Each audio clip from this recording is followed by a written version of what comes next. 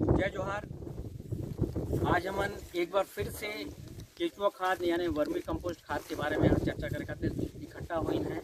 हमारे बीच में समूह के सदस्य हैं और साथ में BSc करे वाले छात्रमन जो फाइनल सेमेस्टर के छात्रमन आवे वाले छात्रमन हैं। तो आज हम जाना केचुआ खाद यानी वर्मी कंपोस्ट के बारे में। सबसे पहले हमारे साथ जो महिला समूह मन है ये मन के पता है, फिर भी मैं दोबारा बताना चाहता हूँ कि वर्मी कंपोस्ट और केचुआ खाद होइल का।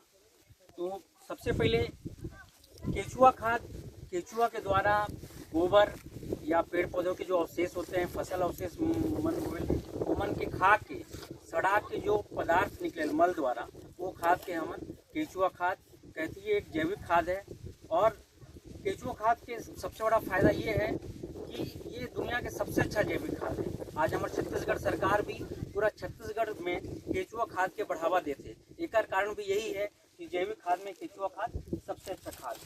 ठीक है। केचुआ खाद के फायदा के बारे में मैं बताऊं कि गोबर खाद से 5 गुना ज़्यादा इनमें नाइट्रोजन होइल, 8 गुना ज़्यादा इनमें फास्फोरस होइल और 11 गुना ज़्यादा इनमें पोटास होइल। मतलब जहाँ हमन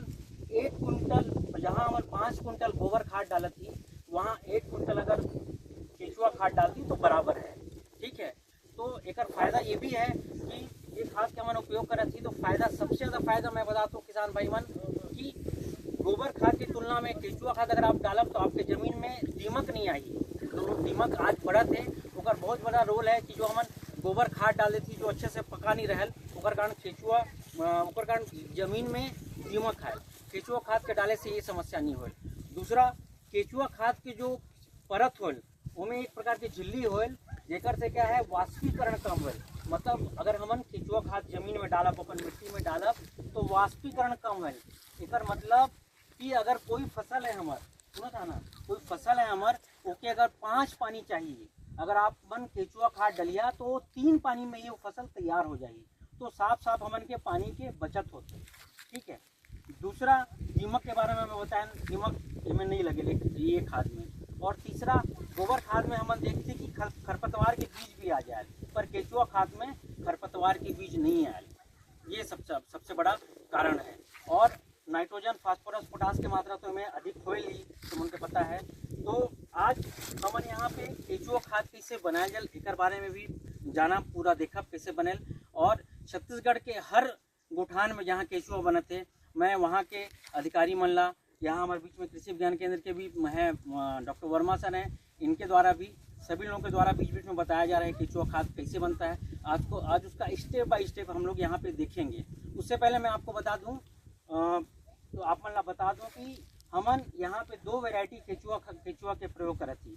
पहला जो वैरायटी है एशियाना फेटिडा वैरायटी है। ये जो किस्म है ये सबसे अच्छा किस्म और सबसे जल्दी केचुआ खाद तैयार करे। मगर एक बारे में एक चीज मैं बता देता हूँ, ये मिट्टी नहीं खाए। हमारे बहुत संगवारी मन जो किसान भाई बहन है वो क्या करते हैं, केचुआ खाद में मिट्टी डाल देते हैं और उनमें आसियाना फेटिडा के किस्म डाल देते हैं। तो आसियाना फेटिडा मिट्टी नहीं खाए। एक आदि हमने यहाँ पे क्या करेगी, देसी केचुआ की भी किस्म डाला थी जो मिट्टी खाए।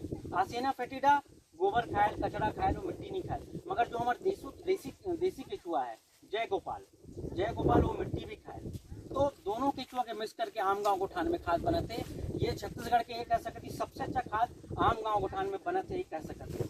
तो एक बाद दूसरा जो केचुआ के बारे में हम प्रजाति के बारे में चर्चा कर रहे हैं, ये केचुआ की प्रजाति कौन सा, एशियाना फेटिडा या जय गोपाल, दोनों वैरायटी का उपयोग यहाँ होते हैं। ये जो बेड है आप देखा था, 3 प्रकार से केचुआ खाद बने। एक तो ये HDP बेड है, ये प्लास्टिक HDP बेड है। दूसरा आप लोग देखा थे वहाँ पे पक्का टाका है, वो सीमेंट और बालू से बना टाका है।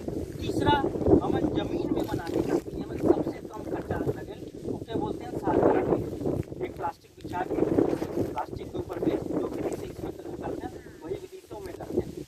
हमारे समूह के बही मन सब है, सब जने मन करते हैं, मन आज बताइए भी। तो आज हम जो ये विधि है HDP विधि है, उसके बारे में चर्चा कर ले। तीनों विधि में प्रोसेस वही है, स्टेप बाय स्टेप हमन के डालना है, चाहे वो टाका वाले विधि हो, चाहे ये विधि हो, चाहे जमीन वाला विधि हो। तीनों विधि में हमन के यही प्रोसेस करना है। ठीक है। तो शुरू करिए आज हमन स्टेप बाय स्टेप वर्मी खाद, केचुआ खाद कैसे बनाते हैं। जो हमारे दीदी मन बताते हैं, सबसे पहले अमन ये देखा, यहाँ पे ये रेत है, थोड़ा में मिट्टी भी है। सबसे पहले रेत डाला, एक से 2 इंच रेत या मिट्टी, जहाँ पे रेत उपलब्ध नहीं है वहाँ पर किसान भाई मन आप मन मिट्टी भी डाल सकता था। और एक कारण क्या है आप लोग सुनना कि ये जो जब गर्मी बढ़ जाए तब केचुआ मन मिट्टी या बालू में नीचे चले जाते हैं, जब गर्मी सहन नहीं कर पाते हैं तब। और दूसरा ये जब पानी की मात्रा बढ़ जाए तो बालू और मिट्टी होकर अवशोषित कर ले। ये भी तो मिट्टी जल्दी बालू डालिए, पूरा फैलाइए। 1 से 2 इंच बालू पूरा फैलाना है बेड में। देखिए पूरा बेड में फैलाइए। ये 1 से 2 इंच अपन मिट्टी या बालू जो दोनों में से जो आपको आसानी से उपलब्ध हो जाए ओला डाल देंगे। ये 1 से 2 इंच ही है। इधर ले आओ पूरा।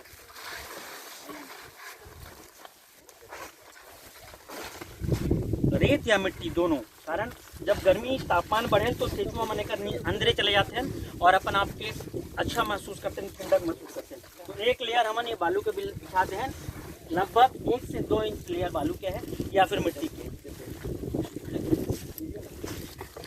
बालू इसमें फैला देंगे। उसके बाद जो दूसरा लेयर होता है, दूसरा लेयर हम लोग तो अपना फसल जो भी आपके आसपास फसल मिले, इसमें किसान भाई मन ऐसा मत सोचे कि ये में एक ही फसल डालें, जो आसानी से उपलब्ध हो जाए। जैसे यहाँ पे मक्का आसानी से उपलब्ध है तो हमन मक्का के डंठल ला ले हैं। अगर मक्का ज्वार है तो ज्वार का डंठल ले सकती, या फिर गन्ना है तो गन्ना के भी डंठल ले सकती या तना ले सकती। कारण सबसे जो नीचे वाला लेयर होगी वो थोड़ा सा मोटा लेयर होना चाहिए, क्योंकि ये सबसे लेट में सड़े नीचे का लेयर है। तो हमन के कोशिश करना है कि अधिक मोटा वाला लेयर बिछाना है। जला बिछावा रेत या मिट्टी के बाद 4 से 5 इंच का हमको ये मोटा मतलब 1.5 से सड़ने वाला चीज का एक परत बिछाना है, जो कि मक्के का भी हो सकता है, गन्ने का भी हो सकता है, और बाजरा जो आपके आसपास उपलब्ध हो, हमारे खेत के आसपास जो भी उपलब्ध हो ओला डाल देना है। ये 4 से 5 इंच का लेयर रखिए, क्योंकि ये देर से सड़ी, सबसे नीचे वाला लेयर है तो देर से सड़ी।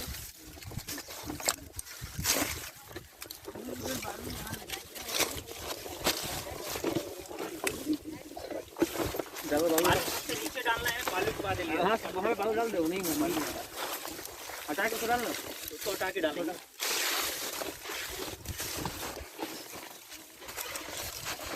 डालिए इसको, जितना पूरा डाल दिया तना। ये कहने का मतलब है मोटे फसल अवशेष, या फिर अगर ये डंठल नहीं मिल रहा तो आप मोटी पत्ती भी डाल सकते हैं, जो देर से सड़े। हमारे के मकसद है कि ये देर से, क्योंकि सबसे अंतिम में यही सड़े। ये 4 से 5 इंच याद रहे, 4 से 5 इंच। किसान भाई मन शुरू में हमन बताना भूल गए, जो एक साइज है ये वर्मी बेड, जो एलजीपी की साइज है, ये 10 फीट लंबा है, 3 फीट चौड़ा है और 2 फीट ऊंचा है। ये एक साइज है। इनमें 1.5 फीट तक हमन के भरना है। कोई भी वर्मी बेड हो, चाहे वो टाँका हो चाहे ये हो, 2 फीट से ज़्यादा 1.5 फीट से ज़्यादा हमको ये नहीं भरना है, जो भी कचरा और गोबर के लिए। हो गया ये पूरे डंठल। ये 3 से 4 इंच भरने के बाद अब इसमें गोबर डालिए।